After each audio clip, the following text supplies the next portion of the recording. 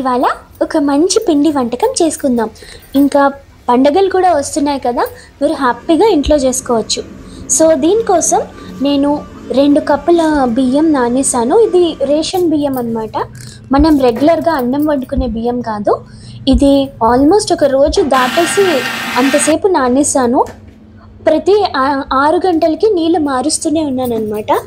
So దీన్ని mixie కొట్టేసి పిండి జల్లిస్తున్నాం. మీకు కుదిరితే ఎక్కువ చేసుకుందాం అనుకుంటే మీరు హ్యాపీగా మిల్క్ ఇచ్చేసుకోవచ్చు. ఇదిగోండి, ఒక ఫుల్ కప్పు బెల్లం తీసుకున్నాం. దానికి ఆల్మోస్ట్ ఒక 3/4 కప్పు వాటర్ వేసామన్నమాట. ఇప్పుడు ఇందులోని ఈ స్వీట్కి పాకమే మోస్ట్ ఇంపార్టెంట్ అనమాట. పాకం సరిగ్గా వస్తే స్వీట్ తప్పకుండా మీకు బాగా వస్తుంది.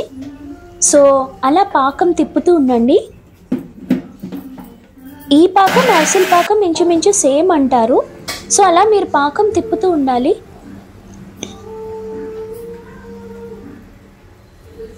జాగ్రత్తగా చూసుకుంటూ ఉండాలి.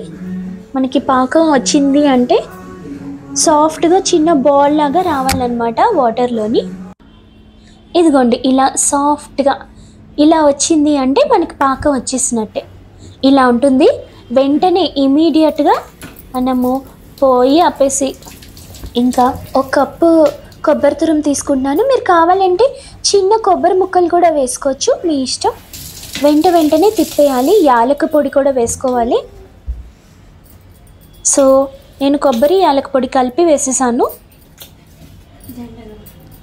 వెంటనే తిప్పుకొని ఇంకా పాకం వేడుతూ ఉన్నప్పుడే అలా బియ్యం పిండి వేసుకుంటూ ఉండాలన్నమాట. ఇది ఇంత క్వాంటిటీ అని చెప్పలేము, మనం తిప్పుతూ ఉంటే మనకు అర్థమవుతూ ఉంటుంది అనమాట. అందుకే బియ్యం పిండి ఎక్కువ ఉంచుకోవాలి పక్కన. సో దానికి ఎంత అవసరపడుతుందో దాన్ని బట్టి అలా వేస్తూ ఉండాలన్నమాట. మనకి కావాల్సిన కన్సిస్టెన్సీ వచ్చేదాకా అలా బియ్యం పిండి వేస్తూనే ఉండాలన్నమాట. ఇది ఒక 2 చేస్తే బెటర్, ఎందుకంటే పక్కన ఒకరు పొడి వేస్తుంటే ఒకరు తిప్పుతూ ఉంటారు. ఒక్కలే చేయాలంటే కొంచెం కష్టం అవుతుంది. సో ఇదిగోండి, ఇలా ఈ కన్సిస్టెన్సీకి మనకి రావాలన్నమాట పిండి. దాని వరకు మీరు అలాగా కడుతూ ఉండాలన్నమాట. అలా పొడి వేస్తూ ఉండాలి. సో ఇదిగోండి, ఉండలు చుట్టేసి ఇంకా డీప్ ఫ్రైకి పెట్టేసుకుంటాం.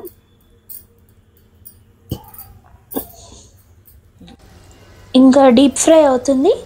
చాలా టేస్టీగా ఉంటుంది. మనం ఏంటంటే పాకం ఫస్ట్ బాగా చూసుకోవాలి. పాకం కుదిరితే ఇంకా మిగిలినవంతా మీకు చక్కగా వచ్చేస్తాయి. పాకం ఒక్కటి జాగ్రత్తగా చూసుకోండి. సో ఇవి నెమ్మదిగా వేయించాలి. హైలో పెట్టేయకుండా మీడియంలో పెట్టి అలా వేయిస్తే మనకి కమ్మటి పాకుండలు వస్తాయి. చాలా టేస్టీగా ఉంటుంది. ఇంకా పండగ వస్తుంది కాబట్టి మీరు హ్యాపీగా ఇంట్లో ట్రై చేయండి, అందరికీ నచ్చుతుంది. బియ్యం పిండితో చేసాం కాబట్టి హెల్దీ వంటికి. సో తప్పకుండా ట్రై చేయండి పాకుండల్ని. ఇంకా మేమేం చేసామంటే ఎలాగో కొంచెం అరిసెల టైప్లో పాకమే కదా అని సరదాగా అదే పిండికి కొంచెం నువ్వులు అంటించి అరిసెలా వేసాం. ఇది యాక్చువల్ అరిసెల ప్రొసీజర్ కాదు, కానీ సరదాగా ఒక ట్రయల్ వేసాం. అదే పిండి కదా అని. యాక్చువల్లీ అరిసెల పిండిలో ఈ కొబ్బరి అది వేయకపోవచ్చు. సో సరదాగా నువ్వులు అంటించి వేశారు. చాలా బాగా వచ్చాయి. చక్కగా రెగ్యులర్గా మనం అరిసెలకి ఎలా చేసుకుంటామో అలాగే పొంగాయి, బాగా వచ్చాయి. మీకు కూడా ఒక 2 టైప్ ఆఫ్ స్వీట్స్ తిన్న ఒక సరదా కావాలి అంటే మీరు ఇలా ట్రై చేయొచ్చు. మాకైతే బాగానే వచ్చింది.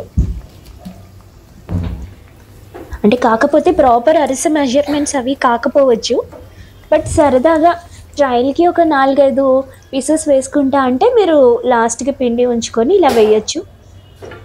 మీకు ఆ సరదా కూడా తీరుతుంది. సో ఇదండి ఈరోజు చేసుకున్న వంటలు. తప్పకుండా ట్రై చేయండి. బాయ్.